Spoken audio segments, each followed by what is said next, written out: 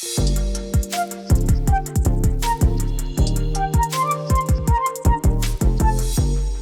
a young lady named Lydia Owens, I think that song means the world to her. Keep the first things first. It's Rob and Lizz in the morning, his radio, and Lydia has gotten a lot of attention lately. Valedictorian at Woodmont High School did the commencement speech, and at the end of the commencement speech, this happens. Roaring applause. What was that like for you, Lydia? It was definitely overwhelming. It was not what I was expecting at all. I did not know that people would have that kind of reaction towards me talking about Jesus of all things. So, it was also very comforting, though, like knowing that they were encouraging me, and that, like, in that moment, I knew that's exactly what I was supposed to be doing. Very curious. You're getting a lot of attention. Yes. You're on local news everywhere on the planet. Yes. I think they've even seen you in Antarctica on the Nigeria, local news. even. Nigeria, Yeah. for real? My dad sent me an article from Nigeria. Get out. Yeah. So fantastic. what is this like for you? It's a lot. I mean, again, like it's overwhelming the amount of people who are supporting me and who are encouraging me in that. But I think best of all, like, it makes me feel so good that God is using my story to reach people for him. And that's something that I never thought he would be able to do. And so it's incredible. Like, God is just so good, and it's blowing me away. She put a part of her story in the speech. Here's the part where I think you might be mentioning. When tragedy struck my life, it was not my grades nor my accomplishments that helped me navigate through that loss. When everything else in my life felt uncertain, the only person that I could depend on to stay the same was Jesus. And you mean that. Yes, absolutely. The tragedy was what? The tragedy, my mom passed away almost 2 years ago. I can't even imagine. Yeah. And you hung on to Jesus. Was that your first instinct? Honestly, no. For almost a year after she passed away, I wrestled back and forth for a long time, like asking that same question, like, God, how can you use this? And I was in a really dark place for a long time because it hurt and it was hard. But I just slowly got to see God's faithfulness, and I saw the way that he kept providing and the way that he kept showing up. Even when I turned my back on him, he never turned his back on me. And that, like, his goodness was just overflowing from the people around me, from my circumstances, and that was just Jesus trying to reel me back in, and that's exactly what happened. What were ways that he showed up for you? He provided in a lot of ways. Like, I needed a car. My transmission was going out, and someone gave me a car for free. Like, Wow. when does that happen? It doesn't. And so, like, and it was like a month or two after my mom passed away. Like, they didn't even know me. They didn't know my story, but they came to church and they were like, does anyone need a car? Because we are giving this car for free if someone needs it, because they were just going to give it to a junkyard. And someone was like, actually, I know someone who needs a car. And so I got a car for free. I know you go to a very active youth group. Yes. I'm sure that was a part of your story as well to help you get through it. Yeah, for sure. Those people there are incredible. I kind of go between both Brookwood and First Baptist Simpsonville, and in both communities are absolutely incredible, and they have poured into me and they have loved me. When I came to Brookwood for the first time, no one knew my story, and they didn't know for a while, but they still loved me, and they still cared for me, and they still, like, surrounded me and loved me no matter what. I feel like these two youth groups were a part of your speech. Yeah, they absolutely were. Yeah. Have you started hearing from people that may have been in the audience that day, like specifically reach out to you and say, you touched me? Yes. I had a lot of people, like, DM me on Instagram or Facebook. Some people texted me because they had, like, parents of my peers and stuff who had my phone number. I had some peers tell me that because of what I said, like, they're encouraged in their faith and they were going through, like, a really tough time, and they, like, needed the encouragement and they needed the reminder. Well, we did get a text just now from Carol, and Carol said, I was there. Wow. Her granddaughter was graduating, and she heard that speech, and I know that she was proud. And I think I saw your dad in an interview Yes. where he said he was just bawling. And He said he was squalling. Of all words he could have used, he said squalling. Squalling. First thing he said to you when he saw you after that speech. What was it? He just gave me a hug, and he was teary-eyed. He was so proud of me. He got to hear it a couple weeks before, but I think it just hit him again, even just hearing the applause from the audience and everything. But he just was really proud of me, and I think he also gave me, like, that same proudness my mom would have given me, which was really sweet. So special. Lydia Owens with us this morning. Hang around. So don't go anywhere, okay? Got Because it. we got some more for you coming up. Let's go. Lydia Owens with us from Woodmont High. She did the commencement speech that went viral across the planet. it's still going. I think the Mars and even the moon got a capture Wow. of We this. got a call. Amazing. You're listening to Rob and Lizz in the morning. His radio. Lydia Owens has been spending some time with us this morning. Valedictorian at Woodmont High did the commencement speech, which, if you've been scrolling lately, chances are you've seen Lydia, because Lydia has been viral not nuts right now, all over the place. Which she's gotten a lot of attention. You've gotten interviews from everywhere. Yes, lots of interviews. But it's really awesome though, because I just love the way that God is still using it and it's still being pushed out there, and I think that's really cool. I listened to it, and it seems to me that every word you did was very intentional. Yes. Why is that? Well, I had one copy of my speech actually, and I didn't like it because I didn't talk about Jesus that much. Like I did mention him, but it was not exactly what I wanted because I wanted to talk more about Jesus. And I was sharing that with someone, and they were like, "Well, why wouldn't you?" And I was like, "Oh, that's a good point. Why wouldn't I?" Because I was really worried about what other people would think. That was what really bothered me. And they told me like God calls us to be bold in our faith, and he said, "When am I going to have another opportunity and speak of thousands of people?"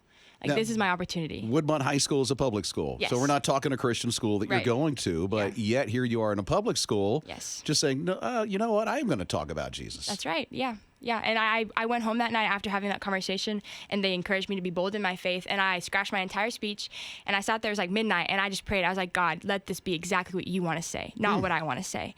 And I truly believe that's what he did. That wasn't my words. Like that was God's words. Got a couple of points from the speech itself. I want to play this and hear what was going through your mind as you were writing this. Even if you accomplish all of your dreams or none of them at all, you are still valuable and you are still good enough because you are made in the image of God. Why'd you write that? I think honestly I was speaking to myself. That's something that I've always wrestled with, was putting my identity in everything but Jesus, and especially when it came to my grades. Like as valedictorian, like I pushed myself a lot to succeed academically, and I wanted people to know that no matter what happens in your life, no matter if you do everything that you've ever hoped and dreamed for, or if you do none of them at all, like that's not what matters. What matters is that you are valuable because God made you. Here's another point of the speech. You don't have to worry about whether or not you'll be successful because God promises that his grace is sufficient for us and that his power is made perfect in our weaknesses. That's how you closed it out. Listen to the applause. That's so great. And I feel like there were so many graduates and their parents and their families that were there that in that moment were so thankful for those words. Whether they have a belief in God or not, have ever met Jesus, have ever had that relationship, they needed to hear it. No, your thoughts behind that, what we just heard. Well, I was just really hoping to get the point across that, like, as we're transitioning out of high school and into college, like, you're going to have these dreams, you're going to have these ambitions that you really want to succeed and get, but even if you don't, that's not gonna matter in the end. And that's what I really wanted these graduates to understand was, no matter what happens, no matter what you go through, if you get all your goals, if you don't, like, that God, he loves you, and he is the only thing that will ever satisfy. Like, even if you place all your identity and all your value in what you accomplish, you're never going to be satisfied. Only Jesus can do that. Our next motivational speaker is in the house. Lydia Owens. Remember that name. Okay, today's a special day. Yeah. So if you would, Lydia, take a look to your right. Just look to your right, Yeah. because in through the door is some birthday cake for you. Lydia just turned 18 today. So you got to blow the candles out. So the happy ones that are birthday to you. left. Happy birthday Oh, okay. to you. Happy birthday, dear Lydia. Happy birthday to you. Blow out your candles. Yeah. Oh no, fire alarm. Here are some flowers that we thank have. you. And we also have a card from us. Thank you so here. much. Yes. Yes. So sweet. Super proud of you. Congratulations for standing for your faith in the middle of a lot of stuff that you had to walk through in life. Yeah. Thank you, guys. That means a lot. I really appreciate it. And happy birthday. You're listening to Rob and Lizz in the morning. His radio. What comes to mind when I say the old days? Just think about that. What comes to mind when I say the old days? Okay, now, our producers, and we have an intern, are like mid 20 to early 20s. Yes. And then our intern, Luke, is 12? Going on 13. Actually. Going on 13. So, what, 19? 21. 21. Okay. So Luke is 21. You look 19. Thank you. Thank you. That should Not be a 12. compliment. Yes. Not 12. You don't look 12 at all. So when I say old days, the olden days, for Ninja, what comes to mind? Polly Pockets. Polly Pockets. Wow. She sang the song. Oh, is that the song? You're doing the jingle? Yeah. Okay. For Jake, olden days, what comes to mind? If you're a real one, you'll remember Razor scooters. Oh my goodness. There's one at my house. Right. It's They're so- right they were there. so much I'm fun. telling you, it's right in the main garage. My heels remember. I'm sure. The Heelys. Oh, yeah. The Heelys, I know about those. Okay, yes. And so for the 21-year-old, Luke, our intern, olden days is what? I remember Beyblades and Vine. You had 6 seconds to be funny. And if you were not funny, you were getting skipped. These days, TikTok, you've got 2 minutes, too much. Oh, Too wow. much. Too much minutes, content. too much. Right. Exactly. 6 seconds. It was precise. It was to the point. And if you were bored, it was 6 seconds wasted. Okay, how about the seasoned news guy? The legend in radio himself, Scott Watson. I say olden days, what comes to mind? No internet. Oh, wow. There's a story. That was hilarious. We're just like, like my stomach flipped. Uh-huh. Oh. Dare I even say this to Liz? When I say olden days, what comes to mind? Shoulder pads. But that's the 80s, right? And 90s. 90s? Really, like late 80s, early 90s. Because The I think shoulder of the pad thing. great big shoulder pads made you look like a linebacker. I got you. Yeah. Okay. And for you? Toy Story. Oh, yeah. I love Toy Story. So, olden days for you, what is it? You're listening to Rob and Liz in the morning. His radio. When I say olden days, what immediately comes to your mind at 800-447-7234? Barney. Barney? Well, for my daughter, like she grew up on Barney, so that immediately I go back to something like that. But Pastor Warner is a little different. He texted 800-447-7234 and said pagers. That's like 90s, right? That is 90s. And I'm like, wow, I hadn't thought of a pager in a while. Okay. Well, listen, you had to be a doctor or somebody important to have a pager. I had a pager? She's important. No. And I don't think it ever went off. Robin texted and said what she remembers, and it was kind of a funny story, but 8-track tapes and cassette tapes, but she said also vinyl records. When her son was little, she pulled one out, put it on the record player, and he said, wow, Mom, your CDs are huge. CDs. That's ancient now. He thought That's it was a CD. olden days. Yeah. Cindy's here at 800-447-7234. I say olden days. Cindy, what comes to mind? Aquanet hairspray and big hair as high as you can get it. Okay, Cindy, I so smell Aquanet now. It had that certain smell, didn't it? Yeah. Oh, man. Rob and Liz. His morning crew. It's good to have your company. Rob and Liz in the morning, his I radio. wish I could work out like Tess. Tess is 40 years old, and every single day, well, first of all, she does yoga every day. But in her yoga routine, she does a handstand. I haven't done a handstand in years and years and years. This girl does it. She is in such good shape. She is an elephant. An elephant. Yeah, she weighs 6,500 pounds. Oh, a real elephant. Oh, I yeah. thought she was being mean for a second. I'm like, Mama Liz doesn't have a mean bone in her body, and to say somebody's an elephant? No, she is a literal elephant, 6,500 pounds, and she's at the Houston Zoo. And all the elephants there do these yoga exercises every day. It's hilarious. Really? I just want to see them do On downward purpose? dog. There's like a Yes, trainer out there there is. a zookeeper that performs yoga Yep. for elephants, and they Yes. do it. Yes, and she's the only one. Tess is the only one. I don't know if she's the youngest or just the most agile, but she does a handstand, An elephant headstand every day. doing a handstand or Yeah, headstand. Yeah.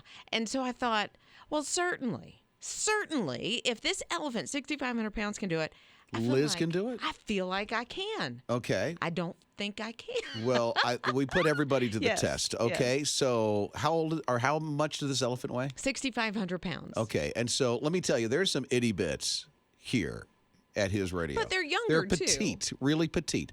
So we put our producers and intern to the test. Uh-huh. So there was Luke, Ninja, and Jake that actually did the handstand. Yeah. I will say there was some really good attempts.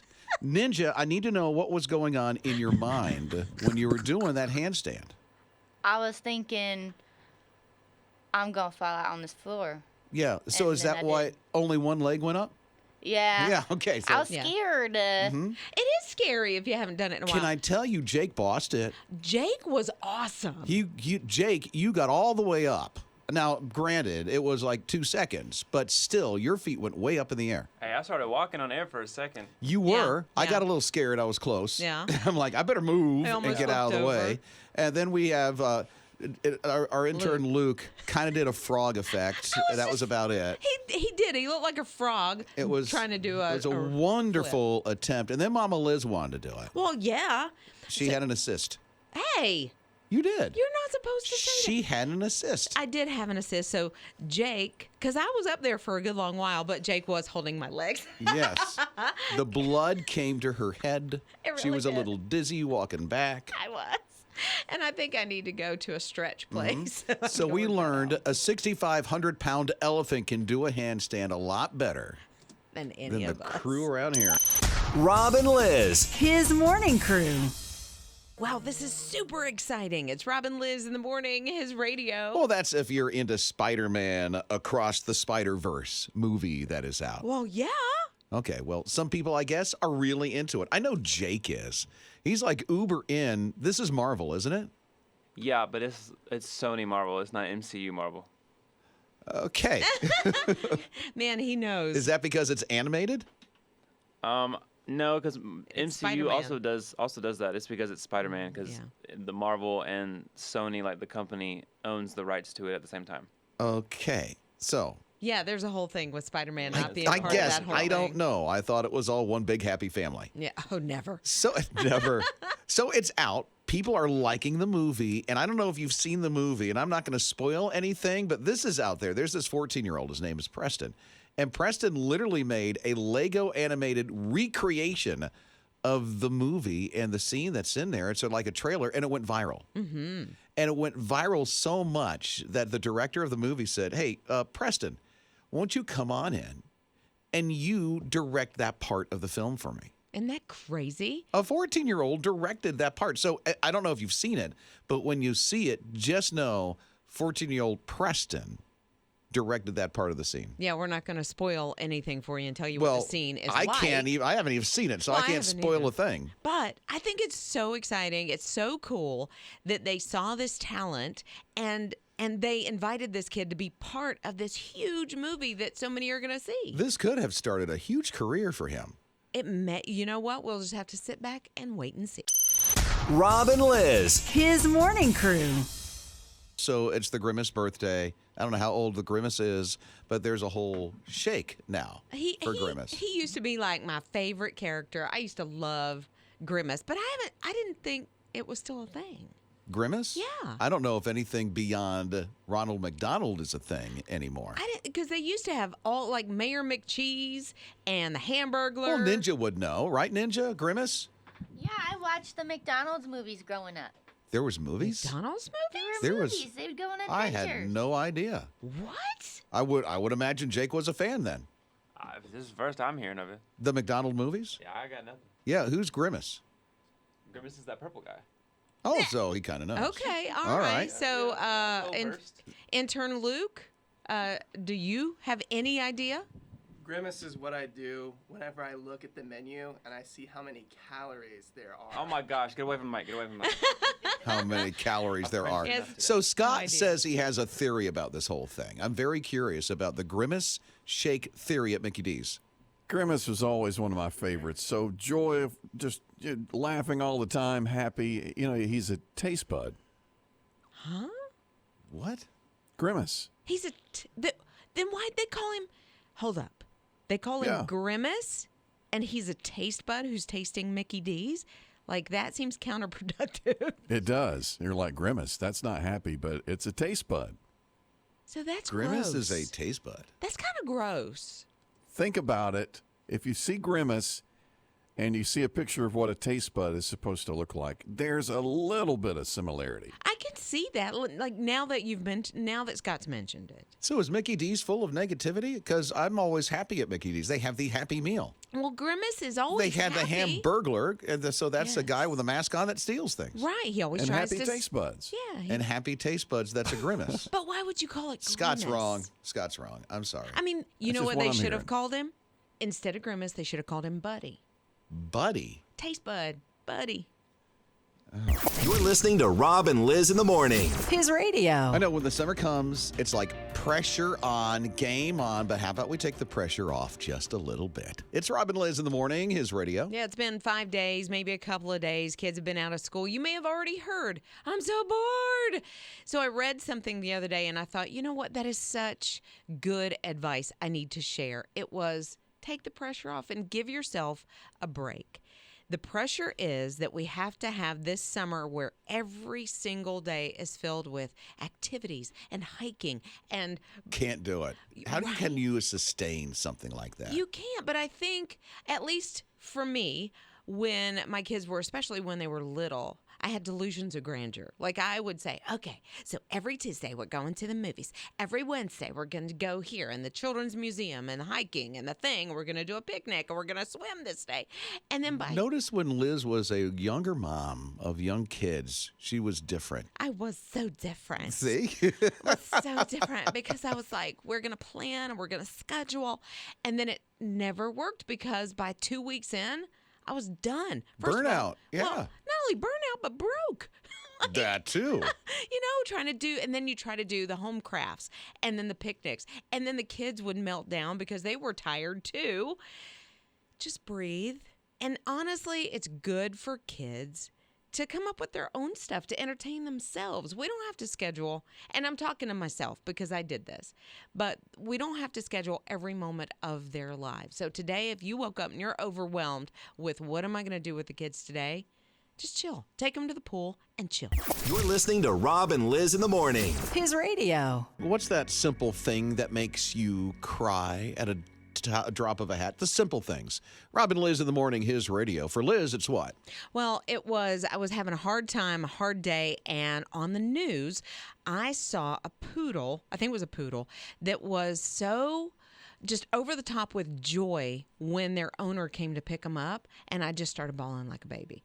Like it just touched my heart because he's dancing back and forth, his old hips are just going, and then he starts jumping up and down like pogo stick. The reunion between a lost dog and an owner because is what made you go. Well, it was because I was already having a hard day, and then I saw this just unbridled joy, and I lost it. There's a simple thing that makes Ninja cry. It is. Yeah. What is it, Ninja? For me, it's bread. Bread. So describe what happened. Yeah. Okay, well, it was the other day, and I was like, I love bread, but my mom says I shouldn't eat bread, but I just love it so much, and why is something that's so good so bad? And then you just started tearing up. Was it like a full-on, or was it just a slight trickle of the tear? It was a slight trickle, but my husband had a good laugh at it. I'm sure. I'm worried. I wonder if I brought in a slice of Wonder Bread, you'd cry. I probably would. The slice of over Wonder the Bread. Wonder Bread. Mm-hmm. Okay, well, I got to tell you, Kristen texted, and she said Publix commercials anytime during a holiday. That's what brings her. She's to not the tears. only one. Scott says a commercial gets him going too. Do you remember the Folgers coffee commercial where the son comes home from college, everybody's asleep, and he gets in early that morning, goes in and starts cracking open the Folgers and makes the drip, coffee maker, and they wake up smelling the coffee, and they come down the steps, Peter. Yes. You even remember I don't know, his it's name. just something about it. How would you remember that name? That was like eons ago. Certain things are etched in my mind. Evidently. I remember that commercial, and yes, you would choke Odd up facts. a little bit. The simple things that make you cry. You're listening to Rob and Liz in the morning. His radio. Talking about those simple little things at a drop of a hat that you'll start crying over. At 800-447-7234. An open mic just came in through the My HISRadio app. Hi, this is Kathy. The one thing that gets me teary-eyed is whenever a soldier comes home and surprises their loved ones.